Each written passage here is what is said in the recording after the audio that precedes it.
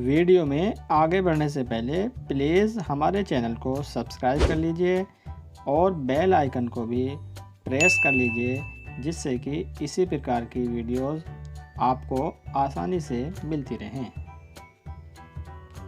Compendium module में teaching plan का जो प्रारूप दिया गया है उसी के आधार पर टीचिंग प्लान बनाने का प्रयास किया गया है। प्रारूप के अनुसार सबसे पहले एक टेबल बनाते हैं जिसमें 4 कॉलम है। पहला कॉलम है दिनांक, दूसरा कॉलम है कक्षा, तीसरा कॉलम है विषय और चौथा कॉलम है समय। देखिए, दिनांक में जिस दिनांक के लिए हम टीचिंग प्लान बना रहे हैं वो दिनांक लिख देते हैं। कक्षा के कॉलम में जिस कक्षा के लिए हम प्लान बना रहे हैं वो कक्षा लिख देते हैं और विषय जिस विषय पर हम टीचिंग प्लान बना रहे हैं वो विषय लिखते हैं और समय में जो हमारा अनुमानित समय है वो समय लिख देते हैं। अब देखिए, बात करते हैं टीचिंग प्लान के 6 बिंदु पर, जिनमें सबसे पहला है हमारा लर्निंग आउटकम। लर्निंग आउटकम के आधार पर ही टीचिंग प्लान बनाया जाता है, इसलिए सबसे पहले हमें एक लर्निंग आउटकम का चयन करना है। जिस लर्निंग आउटकम का चयन किया गया है उसे हम यहाँ पर लिखते हैं जिस पर हमें कार्य करना है। दूसरा हमारा है प्रकरण।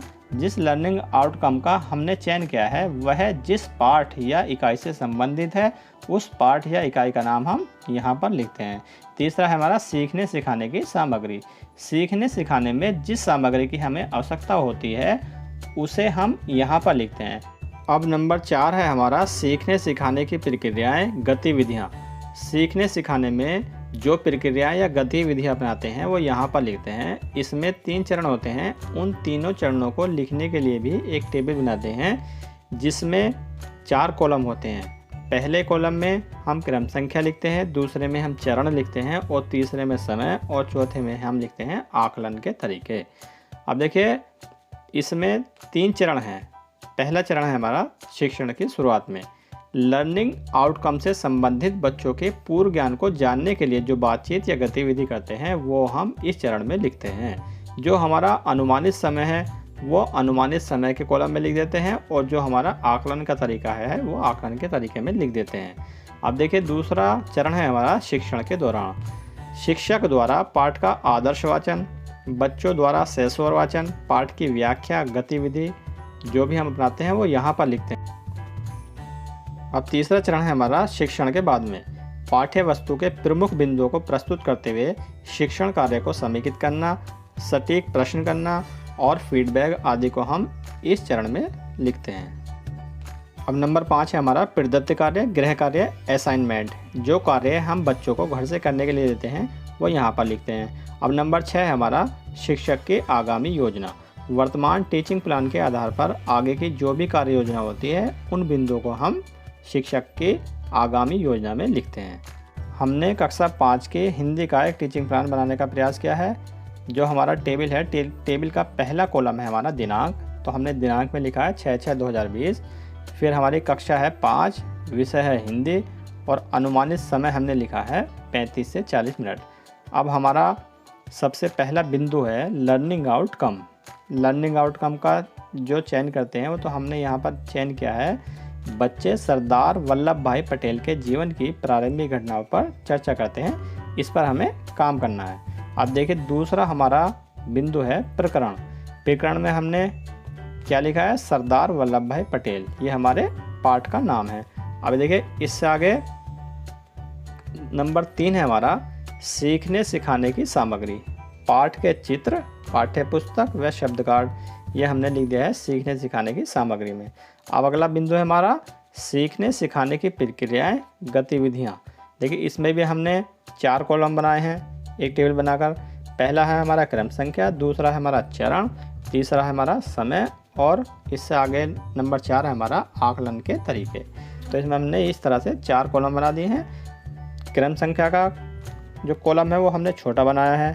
चरण में हमें ज़्यादा लिखना पड़ता है तो इसलिए हमने चरण का बड़ा बनाया है कॉलम, और समय का भी छोटा बनाया है और आकलन के तरीका का भी हमने छोटा कॉलम बनाया है। अब देखिए, क्रम संख्या में हमने लिख दिया है पहले क्या, फिर हमने चरण में लिखा है। चरण में हमारे सबसे पहला चरण है शिक्षण की शुरुआत में।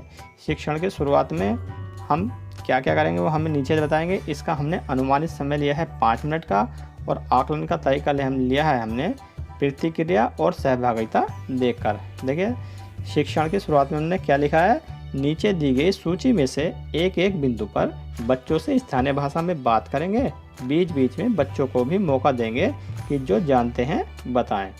अब हमने क्या क्या बिंदु लिखे हैं। सबसे पहला बिंदु हमारा है गुलामी। बच्चे गुलामी के बारे में जो जानते होंगे उस पर हमें बच्चों से बात करनी है।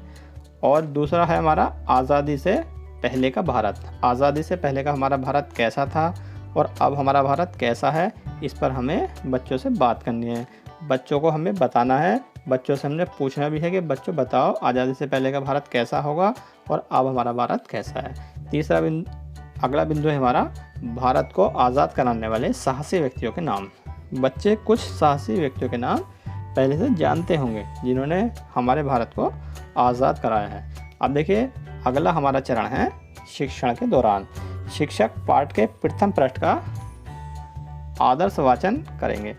सरदार वल्लभ भाई पटेल नामक पाठ थोड़ा बड़ा है, इसलिए इसके हमें अधिक टीचिंग प्लान बनाने पड़ेंगे।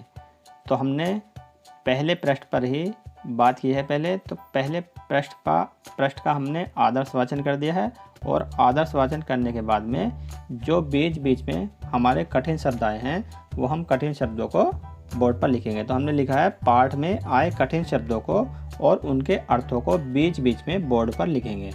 आदर्श वाचन के बाद शिक्षक बोर्ड पर लिखे शब्द और उनके अर्थों को कॉपी में लिखने को कहेंगे। देखिए शब्द कौन कौन से लिखे हमने। देशभक्त, अर्थ लिखा हमने देश के प्रति प्रेम और भक्ति का भाव रखने वाला। फिर हमने लिखा है नीचे लौह पुरुष, साहस और दृढ़ता के लिए लोगों द्वारा दी गई उपाधि। फिर लिखा हमने साहसी, साहस से युक्त व्यक्ति। फिर लिखा हमने पौंड, एक विदेशी मुद्रा। शिक्षक कठिन शब्दों और उनके अर्थों को उदाहरण सहित स्पष्ट करेंगे। देखिए साथ ही साथ अध्यापक बच्चों को इन कठिन शब्दों और उनके अर्थों को भी बताते रहेंगे और उन्हें उदाहरण सहित स्पष्ट करेंगे। अब इससे अगला चरण है हमारा शिक्षण के बाद में। दो बड़े समूहों में सरदार वल्लभ भाई पटेल के जीवन की प्रारंभिक घटनाओं पर चर्चा करने का अवसर देंगे और नीचे लिखे प्रश्नों के उत्तरों पर चर्चा करेंगे। अब देखिए हम यहाँ पर एक गतिविधि बनाएंगे। उस गतिविधि में हम सभी बच्चों को दो बड़े बड़े समूह में बांट देंगे और बच्चों से सरदार वल्लभ भाई पटेल के प्रारंभिक घटनाओं पर चर्चा करने को कहेंगे। अब देखिए उसके बाद हम नीचे लिखे गए प्रश्नों के उत्तरों पर चर्चा भी करेंगे। सबसे पहला प्रश्न है सरदार वल्लभ भाई पटेल का जन्म किस राज्य में हुआ था। तो इसमें हम पूरी डिटेल हम बच्चों को बताएंगे और बच्चों से भी बीच बीच में पूछते रहेंगे। सरदार वल्लभ भाई पटेल का जन्म किस ग्राम में हुआ। सरदार वल्लभ भाई पटेल के पिताजी क्या काम करते थे। उनकी आँख के पास क्या निकला। किसी व्यक्ति ने उन्हें क्या सलाह दी। गर्म सलाह को फोड़े में अपने आप क्यों धंसाया, इससे क्या पता चलता है। अब नंबर 5 हमारा है प्रदत्त कार्य, गृह कार्य, असाइनमेंट, जो हमें बच्चों को घर से करने के लिए देना है। तो देखिए इसमें हमने निम्नलिखित प्रश्नों के उत्तर घर से लिखकर लाने को कहेंगे। हमने कुछ प्रश्न लिखे हैं, बच्चों से उन प्रश्नों के उत्तर घर से लिखकर लाने को कहेंगे। बच्चे इन प्रश्नों के उत्तर आसानी से लिख सकते हैं। सरदार वल्लभ भाई पटेल का जन्म कहाँ हुआ, इसका उत्तर बच्चों से लिखकर लाने के लिए कहेंगे। और सरदार वल्लभ भाई पटेल की माताजी का क्या नाम था। अगला प्रश्न है उनकी आँख के पास क्या निकला। नंबर 5 प्रश्न है किसी व्यक्ति ने उन्हें क्या सलाह दी। नंबर 6 है गर्म सलाह को फोड़े में किसने धंसाया।